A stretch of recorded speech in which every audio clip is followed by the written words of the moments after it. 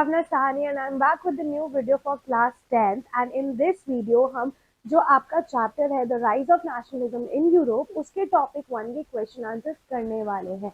जैसे कि मैंने आपको बताया था कि बोर्ड में 5 मार्कर पक्का आने वाला है इस चैप्टर में से, तो आप थॉरली हर टॉपिक के क्वेश्चन आंसर्स को गो थ्रू कर लीजिए and that is enough. I have uploaded 6 videos for the question answers और वो 6 की 6 वीडियो काफी ज्यादा इंपॉर्टेंट है।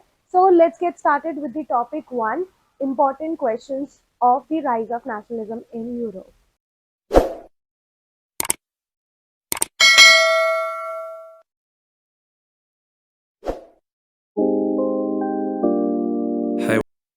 So topic 1 का पहला question है, what steps did French revolutionaries take to create a sense of collective belongingness among the French people? मतलब French revolutionaries ने क्या step लिए थे to create the collective identity among them?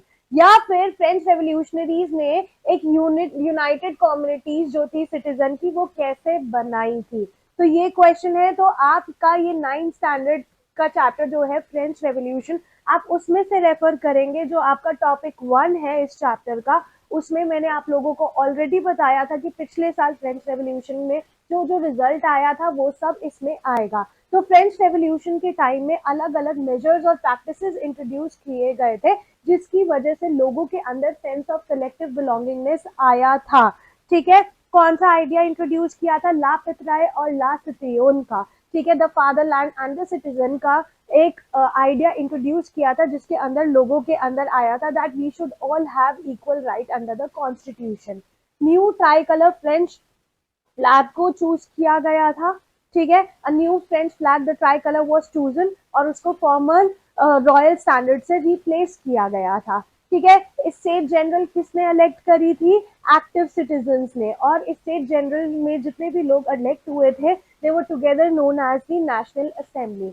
New hymns बनाए गए थे और न्यू हिम्स को कंपोज किया गया था, ओथ ली गई थी, मैट्रीज को कॉमरेट किया गया था in the name of nation. All right, एक सेंट्रलाइज एडमिनिस्ट्रेटिव सिस्टम बनाया गया था। ठीक है, यूनिफॉर्म वेट सिस्टम लेके आए थे, यूनिफॉर्म लॉज लेके आए थे। ठीक है, इंटरनल कस्टम ड्यूटीज को अबॉलिश कर दिया था, रीजनल डायलेक्ट्स को डिस्करेज किया था और फ्रेंच एक कॉमन लैंग्वेज बना दी गई थी। और उस टाइम पे फ्रेंच ने डिक्लेयर किया था कि ये हमारा मिशन है कि हम जो भी फ्रेंच नेशन में हुआ है हम कोशिश करेंगे कि पूरे यूरोप में भी हम वो लेके आए, पूरे यूरोप को भी हम डेस्पोटिज्म से लिबरेट कर सके। All right, clear? तो ये था आपका पहला क्वेश्चन, बहुत ही इजी था पहला question.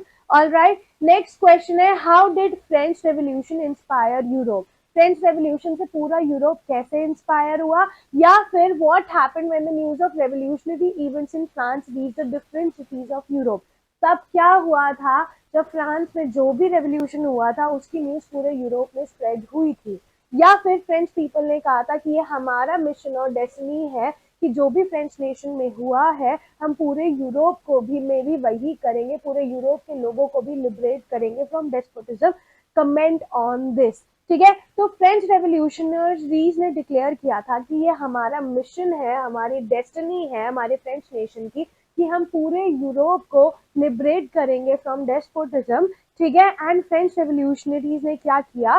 The French revolution did it work to help other people of Europe to become nation. उन्होंने पूरे यूरोप को हेल्प किया टू बिकेम अ नेशन। ठीक है, जब न्यूज जो इवेंट्स की स्प्रेड हुई थी in the different cities of Europe, जो भी फ्रांस में हुआ था जब उसकी न्यूज स्प्रेड हुई थी पूरे यूरोप में, तो स्टूडेंट्स जो बाकी एजुकेटेड मिडिल क्लास पीपल थे उन्होंने जैकोबिन क्लब्स को सेटअप करना शुरू किया था। ठीक है, जितने भी एक्टिविस्ट थे, कैंपेन्स हुए थे, उन्होंने एक फ्रेंच आर्मी प्रिपेयर करी थी। ठीक है, मतलब जितने भी एक्टिविस्ट थे their activist campaign, they prepared the way for French army। ठीक है, जो होलैंड में गई, बेल्जियम में गई, स्विट्जरलैंड में गई, इटली में गई इन 1790 to spread the idea of nationalism among people।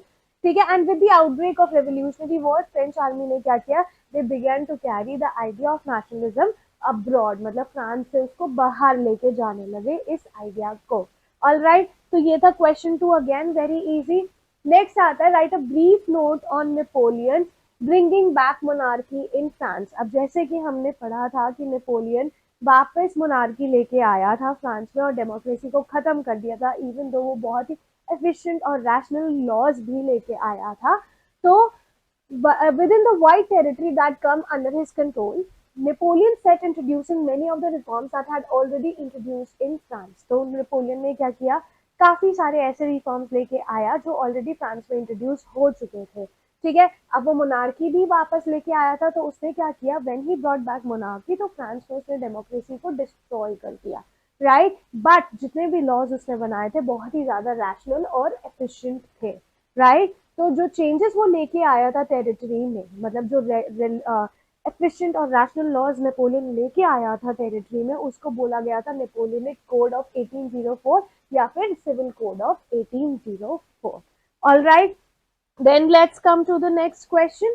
Next question is, what were the features of the Civil Code 1804 and what was it called?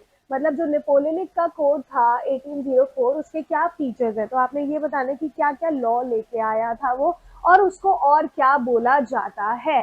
या फिर आफ्टर 1804 जितने पीजेंट आर्टिसंस और न्यू बिजनेसमैन थे उनको फ्रीडम कैसे मिली Europe में। Right, तो आपने बताना है सबसे पहले कि जो सिविल कोड 1804 है उसे हम नेपोलियनिक कोड भी बोलते हैं, नेपोलियन कोड भी बोलते हैं। नेपोलियनिक में क्या होगा, नेपोलियनिक में ये स्पेलिंग होगी ONIC, नेपोलियनिक कोड भी बोलते हैं और नेपोलियन कोड भी बोलते हैं। और उसने नेपोलियनिक कोड में क्या किया था, नेपोलियन ने जितने भी प्रिविलेजेस थे जो बाय बर्थ दिए गए थे नोबल्स और क्लर्जी को, वो खत्म कर दिए थे। अब प्रिविलेजेस बाय मेरिट दिए जाएंगे, बाय बर्थ नहीं दिए जाएंगे। ठीक है, then he established equality before law, that each and every person is equal before law, no matter from which state he belongs to, चाहे वो फर्स्ट स्टेट का है, चाहे सेकंड स्टेट का है, चाहे थर्ड स्टेट का है, that person is equal before law. ठीक है, राइट टू प्रॉपर्टी को उन्होंने सिक्योर करके रखा था। ठीक है, और ये जो कोड था धीरे धीरे exported to the regions under French control, मतलब जितना भी एरिया फ्रेंच के कंट्रोल में था, तो ये सारे लॉज वहां पे भी अप्लाई किए गए। राइट, अगर मैं डच रिपब्लिक की बात करूं, स्विट्जरलैंड, इटली, जर्मनी की बात करूं, तो नेपोलियन ने एडमिनिस्ट्रेटिव डिवीजन को काफी सिंप्लीफाई कर दिया था, फ्यूडल सिस्टम को अबॉलिश कर दिया था, पीजेंट्स को फ्री कर दिया था फ्रॉम सर्वडम और मैनोरियल ड्यूज। ठीक है, पुराने ड्यूज और बॉन्डेड लेबर से, सर्वडम मीन्स बॉन्डेड लेबर, इन सब से इसको फ्री कर दिया था। राइट, देन अगर टाउन की बात करें तो गिल्ड रिस्ट्रिक्शंस हट गई थी। ठीक है, मतलब जो स्टेट टू स्टेट टैक्स लगता था वो हट गया था। ट्रांसपोर्ट और कम्युनिकेशन सिस्टम को काफी ज्यादा इम्प्रूव कर दिया गया था। पीजेंट्स, आर्टिसन, बिजनेसमैन, उनको भी न्यू फ्रीडम मिली थी। ठीक है, मतलब बिजनेस करने का तरीका मिला था। बिजनेसमैन, स्मॉल स्केल प्रोड्यूसर्स, उनको रियलाइज हुआ कि जो यूनिफॉर्म लॉज है, स्टैंडर्डाइज वेट सिस्टम है, स्टैंडर्डाइज मेजर सिस्टम है, वो बहुत ज़्यादा इम्पॉर्टेंट है। कॉमन करेंसी, नेशनल करेंसी होनी चाहिए, ताकि अगर हम गुड एक्सचेंज कर रहे हैं, कैपिटल एक्सचेंज कर रहे हैं from one region to another, तो उसके वेट मेजर में कोई दिक्कत ना आए और करेंसी में भी दिक्कत ना आए। So they wanted to introduce the uniform law measure system जो नेपोलियन ने इंट्रोड्यूस किया था, and it was very beneficial for businessman, small scale producers as well.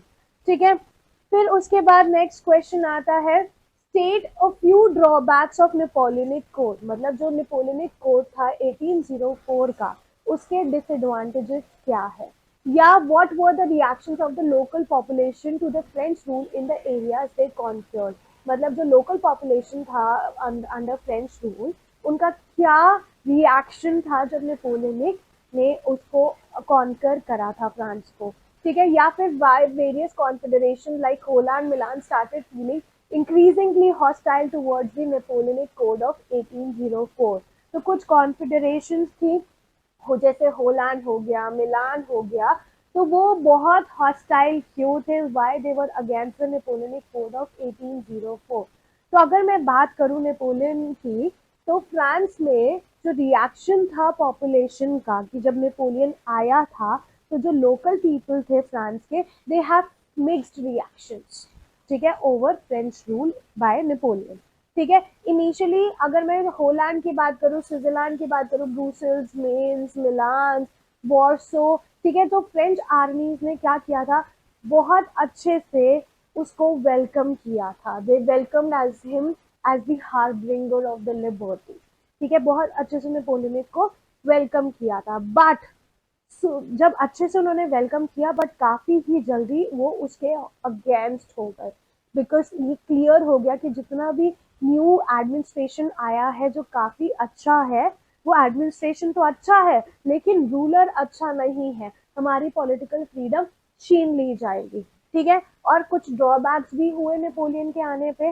वो ड्रॉबैक्स क्या थे? टैक्सेस को इंक्रीज कर दिया गया था, सेंसरशिप को इम्पोज कर दिया गया था, और फ्रेंच पीपल को फोर्स किया गया था टू ज्वाइन दी आर्मी। सो ये 5 क्वेश्चन टॉपिक 1 में से काफी ज्यादा इंपॉर्टेंट है। All right, now soon I am coming with the question answers of topic 2। ठीक है, नीचे डिस्क्रिप्शन बॉक्स में लिंक भी दिया गया है। And I am again reminding you, इसमें से 5 मार्कर पक्का आ रहा है, तो इस चैप्टर को अकॉर्डिंगली याद कर लीजिए। Right, if you still have any doubt you can reach us out on Instagram, Facebook और टेलीग्राम, और on the number which is given below। All right, and for more such videos, do not forget to subscribe my channel and ring the mobile notification of my channel. So I will be meeting you guys super soon in my next video. Bye bye everyone.